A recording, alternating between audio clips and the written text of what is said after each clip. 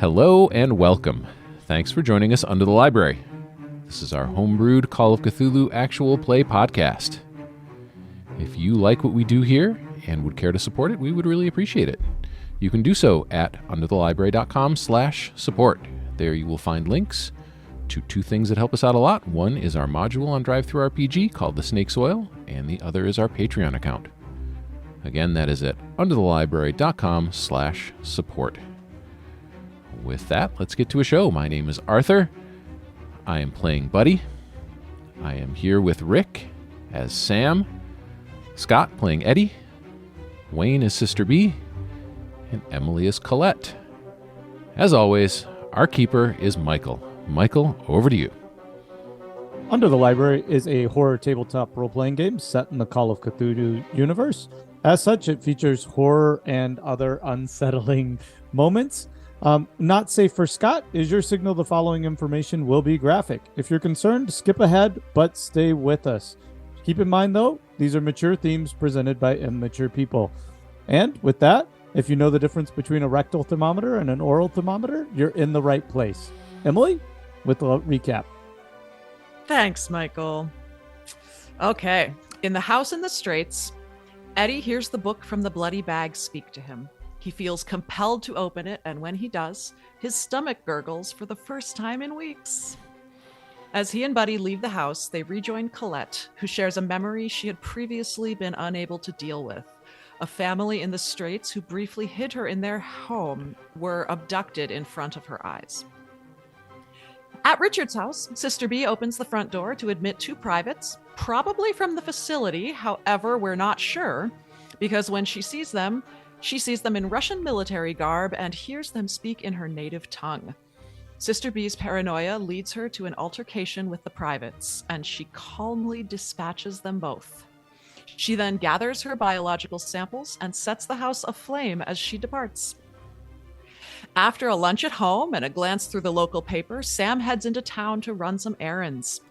After visiting Joe at the hospital, he stops into a bar and attempts to question the bartender about disappearances in the Straits. Sam then stops by the convent, but Sister B is out. He ends up at another bar, this time in the Straits, but finds the bartender to be antagonistic and unhelpful. Finally, back at the hotel, Eddy naps while Buddy examines the strange journal. In the other room, Colette forces herself to remember things that her brain is protecting her from. She sketches everything she can recall from the two crime scenes, but then loses herself in a vision from her past. I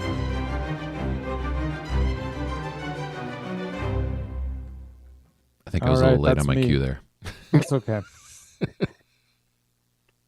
I think I'd like to just start right off with where we left Colette last week, if that's okay with you, Emily. And one thing is, you had this vision, right? And you're kind of coming in and out of consciousness, but your purpose was you had kind of sat down to sketch out this scene, right, of the people being abducted from the house that you left, right? But then you had kind of this corollary vision or maybe side vision about what may or may not have happened in the hospital. Yeah. And I just want to be clear. I started out sketching the murder house, sketching the crime scene. And then I moved on to try to recreate the crime from further in my memory. So I was sketching both. Right. And so you left and you had this vision. Mm-hmm. We went through those scenes in the hospital. Mm-hmm. As you come to from that, and I said I wouldn't push a sand roll on you, so I won't. But what's scrawled on the paper in front of you, so you were kind of lost in this vision, right? In and out, you don't remember drawing. And what's scrawled on the paper in front of you is they were coming for you. They were coming for me. For me. They were coming for me. Yeah. Oh, yeah. No. It would have said they were coming for you. Okay. Yeah. Oh. Okay. So are we picking up there? Yeah, absolutely. Okay. Assuming this was a shorter vision and not like I'm waking up at 6 a.m., I would want to leave the room and go next door. I'm just asking about the time because if it's the middle of the night, I'm not going to knock on Buddy and Eddy's door. Okay. Before you do that, Eddy, I need you to give me a spot hidden roll. I know what he's spotting. Mm-hmm. Don't be mad at me, Sir Eddy. I had to read it. Regular success. Okay. And you have a pretty quick nap, so to speak, and you're feeling rather refreshed, but as you blink kind of your eyes open, you're glancing over and you see Buddy pretty engaged with that book that you had. All right, so I'm waking up and I'm like, oh, that was actually a pretty good nap right there. I think I was more tired than I thought I was. And I'm feeling hungry, right? Don't take this away from me. You are feeling. There's one answer to this question, otherwise I'm going to make fun of you for saying Cthulhu. Trademarked. Yes, you are very hungry, but you're more concerned about the fact that you're not holding the book that you went to bed with. Okay. I'm going to say, I get it. You want to look at the book. And I'm sort of walking over and I'm like, you know what? I feel like I got to keep studying this thing. I looked at it and it helped me feel a little bit better. And do you mind if I take it back and I study it a little bit more there, buddy? So can I look over your shoulder though? Because there's some stuff in here about Casper Muscovine, and yeah, that sounds like there was a thing about Lana too, partners. right? We're going to look together. You know what? We should be doing this over a plate of lasagna. That's all I'm saying. And there's a knock. Are you hungry? I am starving. I am ready to eat. Oh, that's such great news, Eddy. And there's a knock at your door. So I'll close and hand you the book, realization. and then go over and answer the door. Wait, did you hand the book to Eddy? Yeah. Eddy, as soon as you grab the book, it just feels good. Oh yeah. No, not like that. It just feels right. I'm taking the book back. Too late. It stuck to me. It doesn't do it for you, buddy. Sorry. All right, so I'm gonna go answer the door. Question for the keeper before I walk in. Was the thing that I scrawled on a corner, could I have theoretically ripped it off, or is it just in the midst of? Yeah, this is I imagine your desk would have been like drawings all around, and in the middle of your desk on this single sheet of paper was scrawled, "They were coming for you," and maybe even to push it one step further, it was obviously from your hand, but it was not your handwriting. Okay. So if it's on its own sheet of paper, that is staying in the room. Okay. Just quickly writing down, not my handwriting. Okay. Great.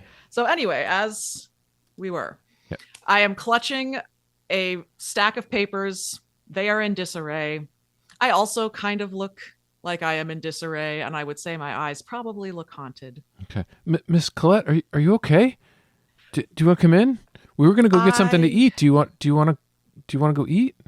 We're gonna look at the book too. Don't forget the book. I won't forget the book. Let me just show you these first. I don't know if I want to leave right now, but okay. I sat down and I tried to draw everything that I could remember from the house. I was just hoping that maybe something else would pop out at us about the scene, like a sketch artist or something like that.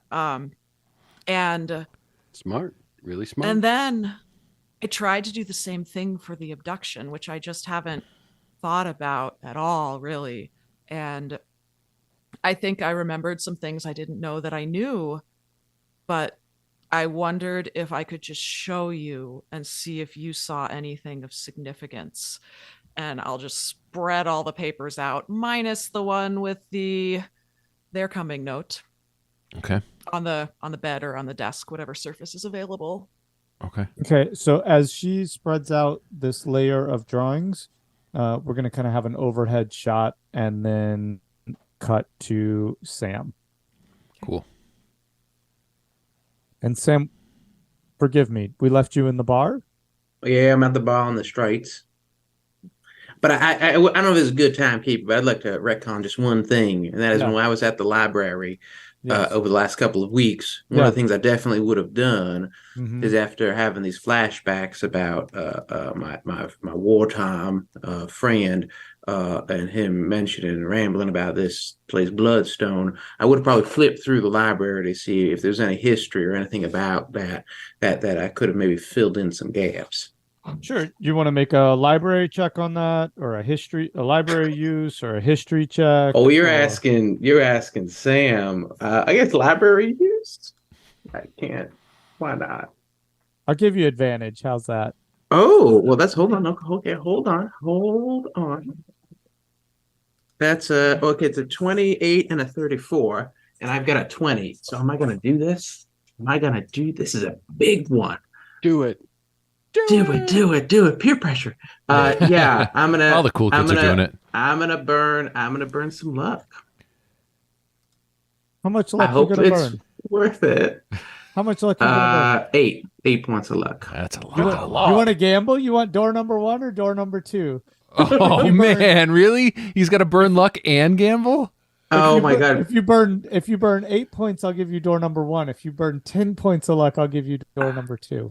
Whoa. Wow. That is extortion. I mean, Sam, That's great. I was about to say if I did 18 points, was there door number 3? But I'm gonna just do door Wow. number 2 with 10 It's points. Cthulhu. I'll Let's do make 10 a deal. No whammies. Big bucks. All right, and what you do is go and I'm gonna guess at some point. I think the encyclopedia would probably be a little too straightforward, but you find a researcher on the Old West, right? You kind of look a little bit further past, and as you're going through their card catalog, you find something on Bloodstone from the Old West, and it's a title. Help me out here. Give me a title for this book, Sam. About Bloodstone or pertaining to Bloodstone. It just has something. It could any kind of title to do with the late 1800s, and we got to come Yeah. up How with about this the foundations of mining and misery in the thing. Dakotas? Ooh, damn, that's Nice. good. All right, the foundations of mining and misery in the Dakotas by that seems like by E.J. Muttered. All right, and this would have been a pretty dry text 2 luck points ago. But as you open up the text, what falls out is a pamphlet and a map. And the pamphlet is from is a modern pamphlet. And it says at the top, visit New Bloodstone. And inside it says all 100% replicas of the original Bloodstone town. Come visit New Bloodstone and find everything about the Old West that you could experience like it's today and all the conveniences of modern time. Be a cowboy, break into the saloon, find your way and everything at the gun show in New Bloodstone. And so, like, as you go through this pamphlet, it seems pretty recent. Like, it was printed in the last couple of years. And there's some photos that look a little bit like this. There's really old photos that seem to be from, if anybody can help me with the name of our newspaper from Bloodstone. Oh yeah, I can in a second. Okay. So there's Expose. Yeah, it was something expose. The Bloodstone expose.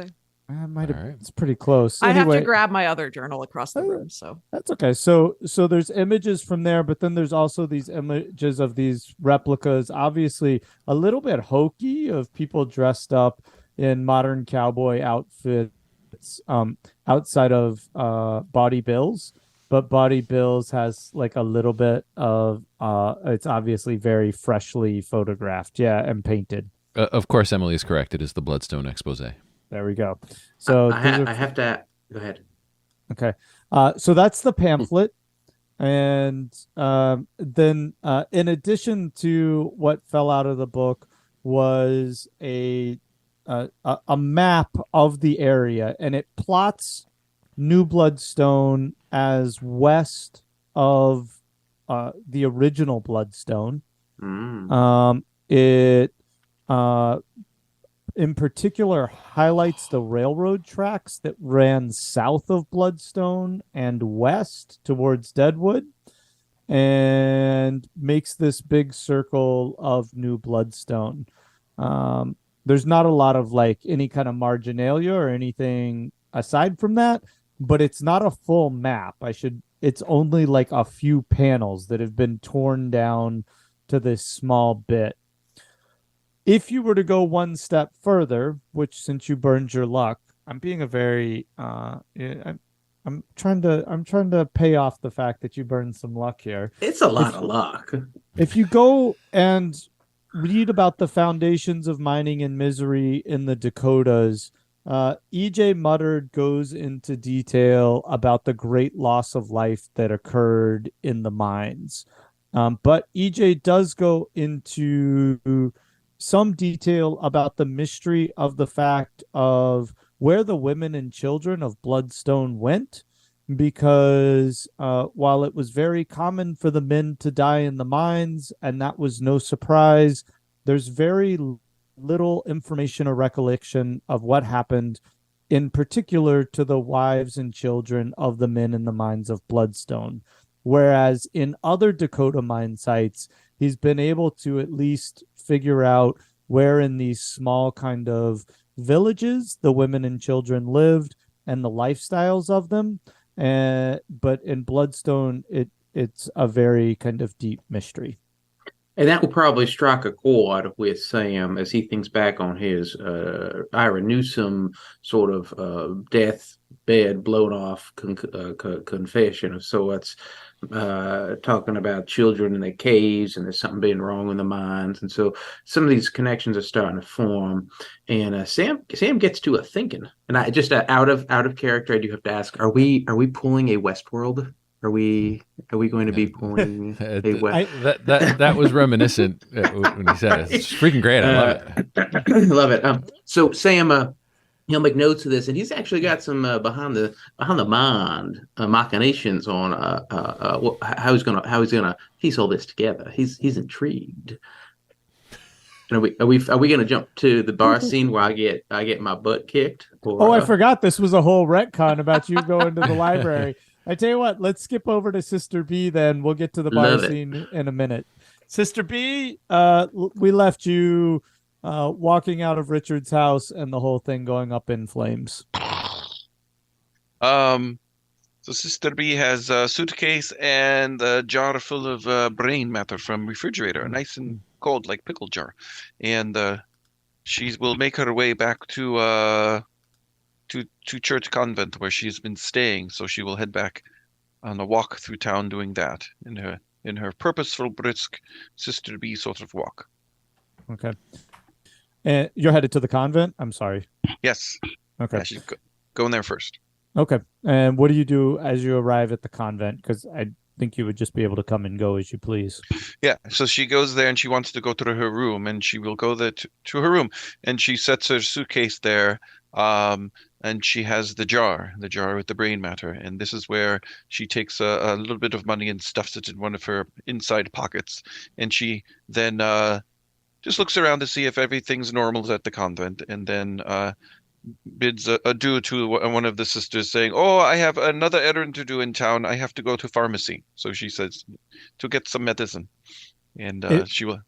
If you'll permit me just for a moment, I have this vision of Sister B in a rather staid room, right? Like very minimal. Oh, sitting on the edge of the bed, holding this jar and looking for her money, but right outside her tiny little window in the wall is this like stream of smoke on the horizon that is Richard's house out in the background, and maybe even some sirens in the distance as they're going to put out the fire.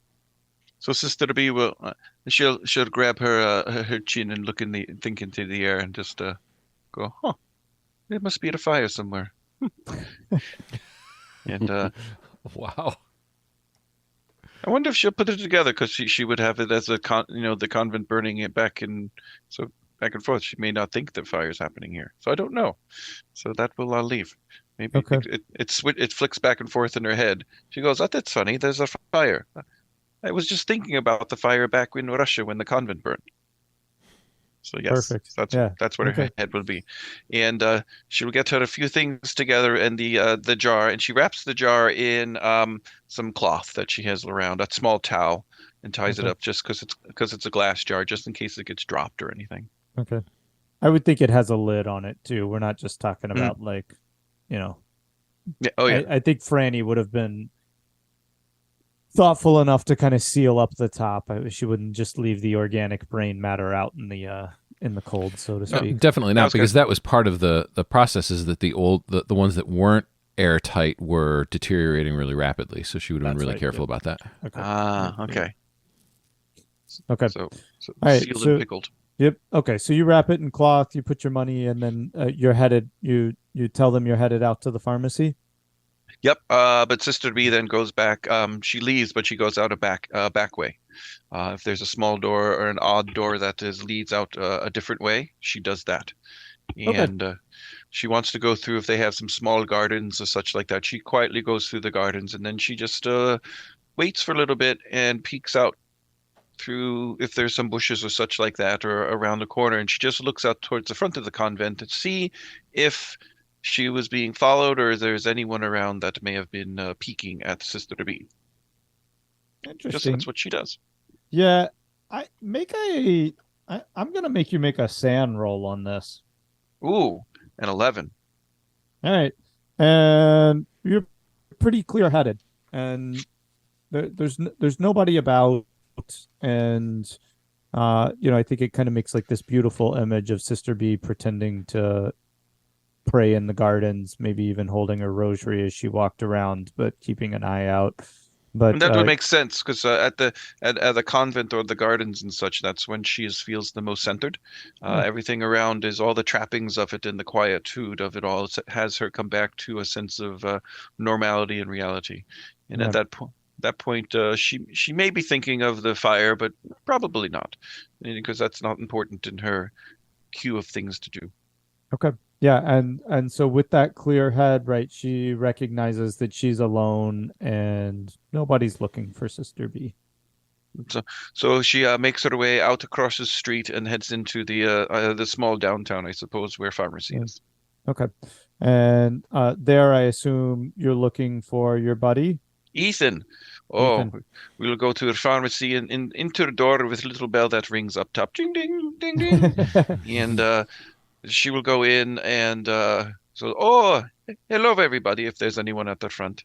Yeah, and he's giving a prescription to the lady in front of you, and he's really kind and just saying, and Miss Wilson, make sure that you have a little milk with this so it doesn't upset your stomach, because it'll really make these go down easier. And just he's kind of giving that conversation as you walk in. And she's very kind, right? Like back to Ethan, and thank you, you're such a dear. And Sister B will quietly stand behind and just have a little smile on her face about how good and kind that people are being to each other, like they should be in her mind. They should be good and kind. And these are not the people that do the terrible things. Until you have to pull out a Mauser and put 2 in them, right? Mm-hmm. So, hey, if they do wrong things, that's what happens. All right. And so you get up to Ethan, and what do you do? So I said, good to see you, Mr. Ethan. Could we sit down at a table for just 1 second? I have something very, very intriguing to show you, and I am very fascinated by it myself, and perhaps the little scientist in you will be Yeah, very sister, I've been looking forward to when you were coming back, and you go out to like one of those little white kind of enameled cast iron tables, with the glass tops. Because I was gonna say, is Did they do soda or any ice creams at this pharmacy like sometimes they would? I know Yeah, there was well, an ice cream shop. Yeah, there was an ice cream shop right down the road, but they should at least do some sodas, I feel like, right? Yeah, So, see. they have some little tables to have some sodas at, and maybe some candies. Candies are Yeah. always good. Oh, you can get a grape knee-high or something like that. And that's what, so Sister B goes, oh, can we get a little bit of a grape knee-high soda or orange? Let's sit down together, enjoy that, and I will show you sample. I think you will be very intrigued by what I found. Oh, I see. I see what you're doing to me, sister. You're playing me out for the information, but I'll get you a soda. And he's just kind of like poking back at you a little bit. And she's okay with that. She likes Ethan. He has a little bit of Spitfire in him. And So he goes and gets you a grape knee high and pours it for you, and then heads back to the table. And when he comes back to the table, she already has the jar out and has taken off the wrappings around it and has it sitting right in the center of the table. Oh man! All right, hang on a sec. Then I got to see what. This might be a little bit. This might be pretty intense for Ethan. Oh, he's like, you should cover that up. Oh, why should we cover it up? It is sister. It is There's a simple. lot of eyes in this town. Oh, and I was going to say, I wasn't sure it was if the pharmacy was full or not, but she says, "Oh, It's empty. It like Miss Wilson left. You heard the That's what- ding as she okay. rang or walked out the door. And so Sister B pulls it up and holds it at a bit of an angle and says, "Oh, well, you look at it then." And she says, "You need to see this." And she hands it to him. And he says, "Look closely. That is a much more bigger sample and full of life and vigor than the other dried things that came off the wall from the place I was at." And then he grabs it, tucks it behind his kind of white pharmacy coat, Hmm. and runs behind the counter, not like to get away from you, but like you can tell it's not it's nothing shady he's doing to try and steal it from you, but he's genuinely nervous. And with So that, that's what I was going to say. So wait, wait, wait. yeah, we're gonna go- cut. We're gonna cut over to Eddy and Buddy and Colette, and we'll get back to Sister B on that thought. So before we get into what Eddy and Buddy may look at in the drawings, I will just mention that Colette is not examining the drawings with them, but is very clearly separate across the room, maybe sitting on a chair if there is a chair, and just looking like she's processing a lot, looking like she's experiencing something. So what do we see? Colette, you just describe your drawings because they can be any level that you want to Okay. Buddy and Eddy. Okay. Yeah, well, as I said before, Colette is a trained artist, and she tried to include as much detail as she could of separate drawings of both floors of the house, but blueprint style. But it's sort of a strange combination of angles because it's blueprint style, but if there were particular things that she remembered, she would draw it in detail in a given area, like the knives that she saw on the floor when she first glanced through the window, where the blood was, where some of the furniture was. And upstairs, same idea. And little insets, she drew close-ups of what she remembered of the injuries and anything laying around the floor near the bodies. And there was a reason this was a very traumatic experience, just to try to put all of this together. Mm-hmm. And then the abduction was a very different scene because she was very far away, and this is just a sort of a 3D rendition, a sketch of the car and the dark figures carrying the bodies out. And so really there wouldn't be anything specific, probably nothing specifically License plate? visible. That is a question for the keeper. I Okay. don't know if I would have seen that, but I just want to say the thing that would have been visible is the relative sizes of the people. So for instance, if one of the kidnappers was a very large man or a very small woman or Mhm. Or man. obese or man or whatever. Two things, Colette. One, there would have been a near photographic drawing of an infant, and you can decide whether you would have shared that with Buddy and Eddy or not. And the other thing is, you can roll a spot hidden to see how well you recollect that license plate.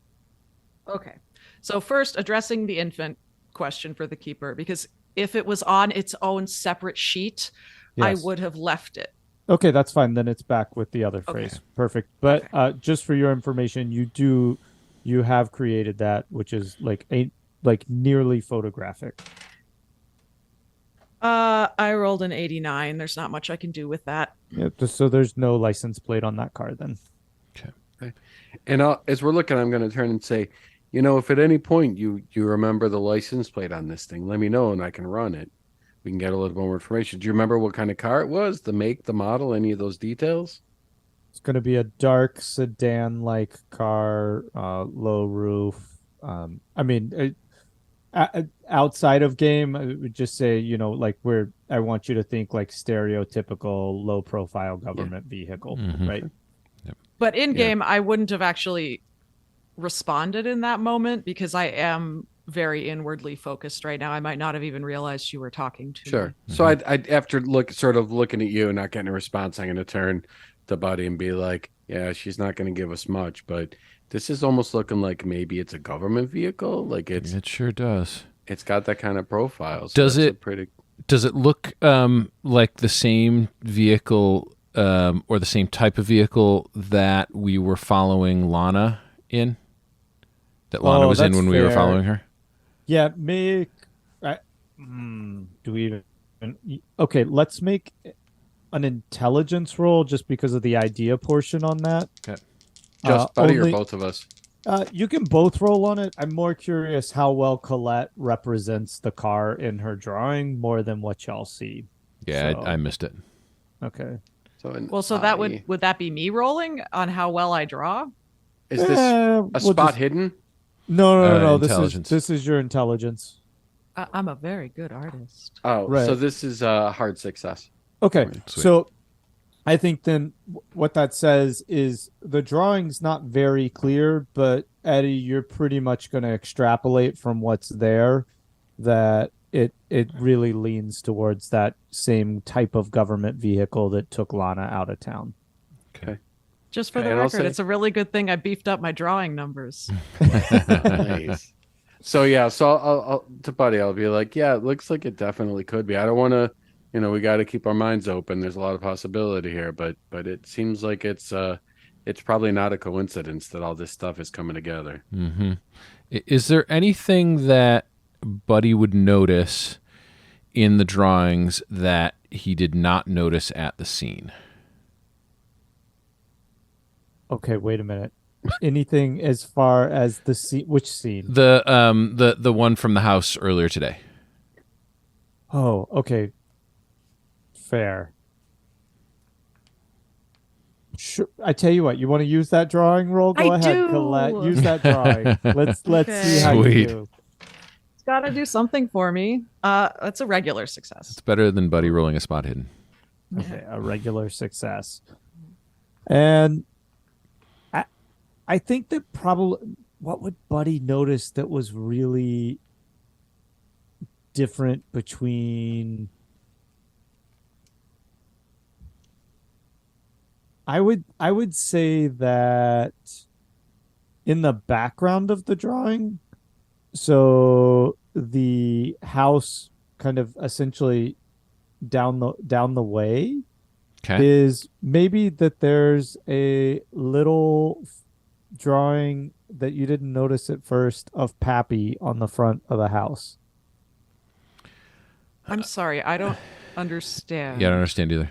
Okay. Just remember, now I don't want to take away any information you're giving us, I'm but I probably said messing I this one up. was drawing like floor plan blueprint style, looking Oh. down With- on the floors and then like detailing certain items that I remember being in certain places. So a weird Yeah. mixture of 2D and 3D. I'm Okay. sorry. That's No, what she drew. I'm glad you corrected But because let my brain me- was in a separate place while I was I saying, have all a right, great idea. yeah, Because if you take want it, something to please, do with please. Pappy, I did Yes. specify that I drew the bodies in detail, the bodies and anything directly around them and the injuries, as much as that cost me.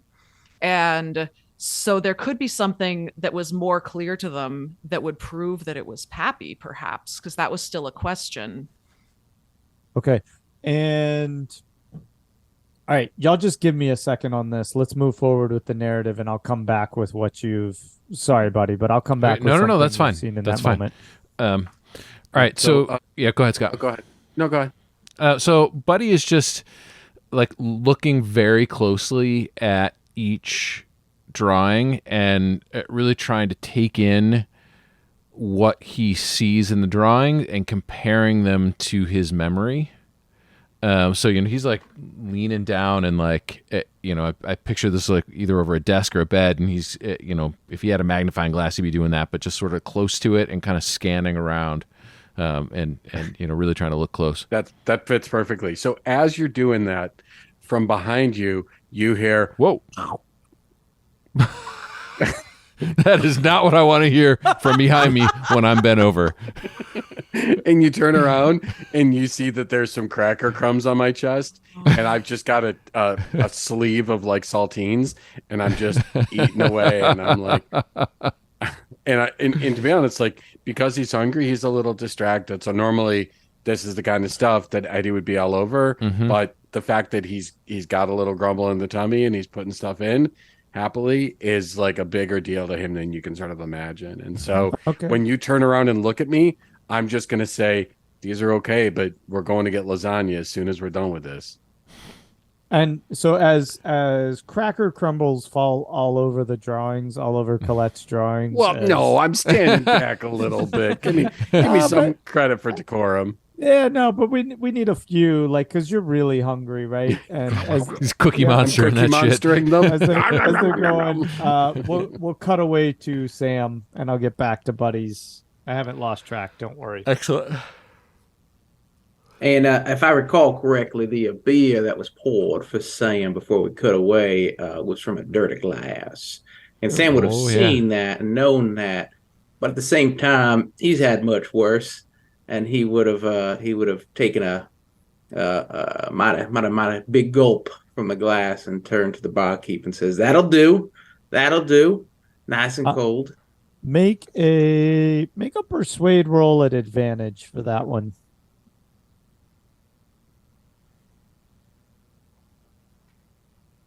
Oh, that's not good. That's not good. Look at that face. No, I said it at advantage. Yeah, I know. I had a I rolled a 98 and a 97. I rolled a 73 and then a 78. Okay. All right. Which is about 50 points higher than my persuade. So burn All 50 right. points of luck. So pretty much you get that same icy glare back from the bartender, but possibly with a smirk as he watches you swill down that beer with some dirty dishwater in it.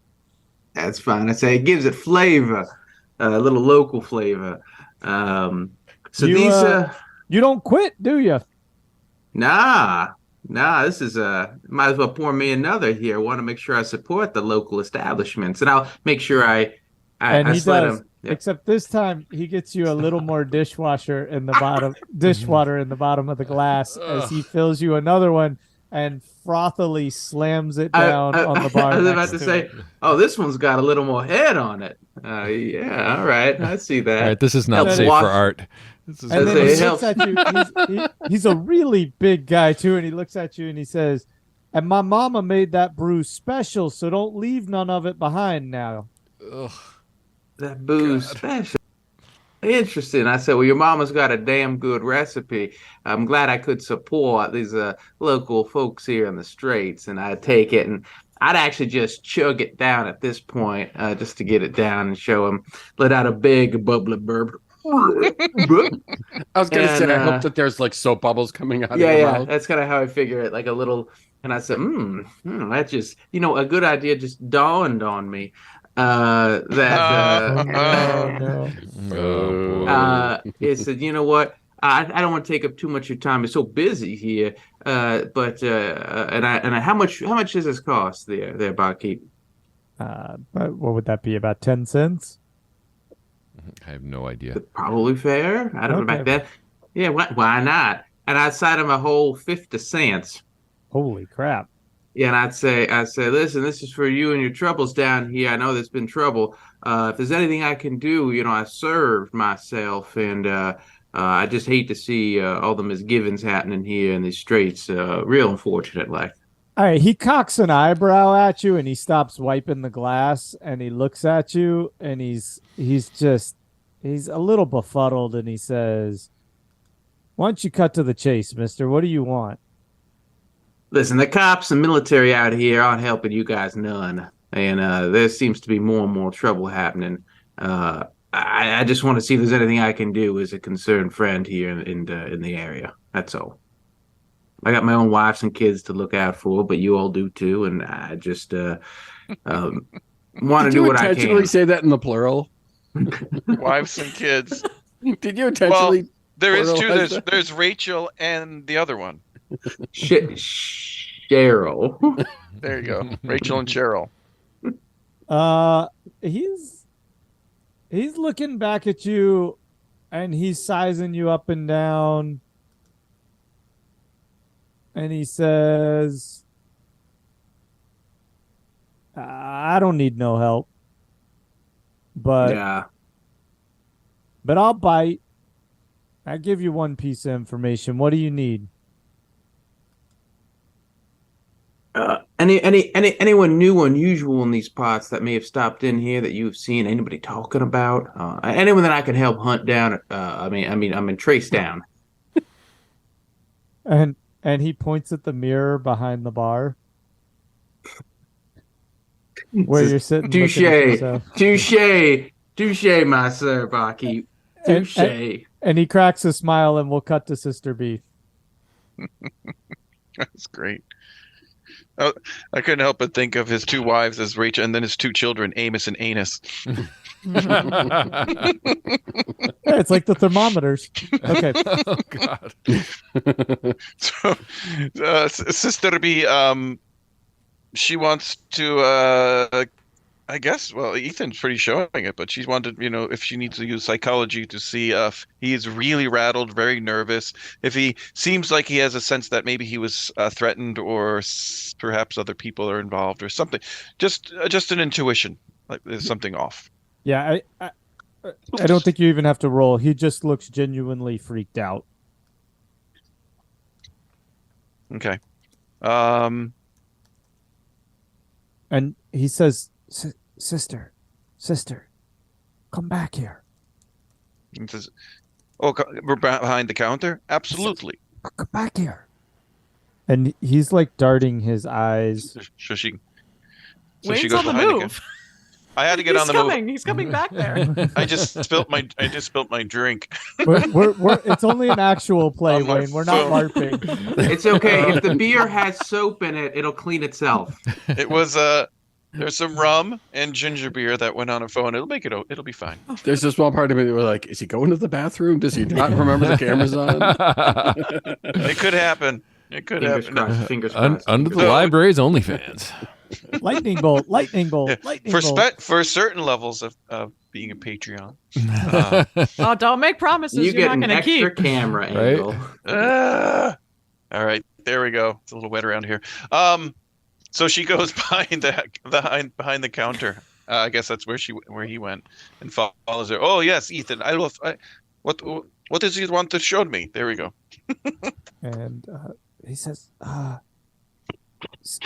Sister B, I didn't think you'd actually come back here. But I think you should take this and leave." The sample? And he's darting his eyes Oh. around and he's looking around. Take what? Is it the sample or something else? Yeah, and he like shoves it back to you. Y'all are behind the register, and he's shoving it back to you. Oh, and he takes it back and he goes, "Oh, I get a sense that from the other samples that went out, that some people may have talked to you or something has happened. Ethan, are you holding something back for me? And this is where she's kind of curious and wants to know. Sister B, you got to get out of here. They're gonna. There? That- Oh, who is this they are talking about and you are talking about? They, Sister B, I'm not gonna lie to you. They came looking for you, and I couldn't lie to them. Was this the men in uniforms have come here to look, or different kinds of people? Sister B, they didn't say who they were, but Oh, but they wanted to know where the sample came from. Oh, yeah, Mr. Ethan, you tell me one thing. What did these people look like? And what did they do? Did they have a car they pulled up in? You tell me. And make a spot hidden. Okay. If I have to find that other dice. Here, I'll make it for you. Okay, thank you. Sure. 34. That's got to be pretty good for old Sister B, right? Sister B, oh man, that is for spot hidden. Normal success. Okay. Almost You hard notice success. he's wincing as he's talking to you, Ooh. and he's moving a little funny. So Sister B says, "Oh, this is more important than sample." He says, "Ethan, you need to come back." I said, "What did they do to you?" Because this is a very sensitive topic since his sisters back in Russia were tortured, and she's very sensitive to people being beaten or brutalized. Yeah, and he just says, "Sister B, you got to get out of here." And about that time, the front door, you hear the bells to the front door, and his eyes get really wide, and he's like, "Go at the back, go between the shelves." So Sister B actually will turn and peek around the counter to see who comes in, because she needs to see who it is. And you see two men approaching from the front of the store in pretty plain clothes uniforms. Not uniforms, pretty plain clothes, but a uniform look to them. Ah, okay. And with that, we will cut to the end of the show.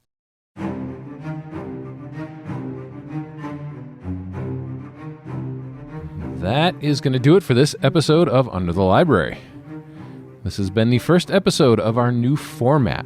We will still be putting out the same amount of content on a weekly basis, just in shorter bits, twice a week now. So, we will see you in just a few days for our next episode. Until then, you can find us at underthelibrary.com. As always, don't forget to check out our other show. It's called Up Your RPG and can be found wherever you get your podcasts. So for me, for Michael, for Rick, for Wayne, for Emily, and for Scott, thanks so much for joining us, and we will see you next time under the library.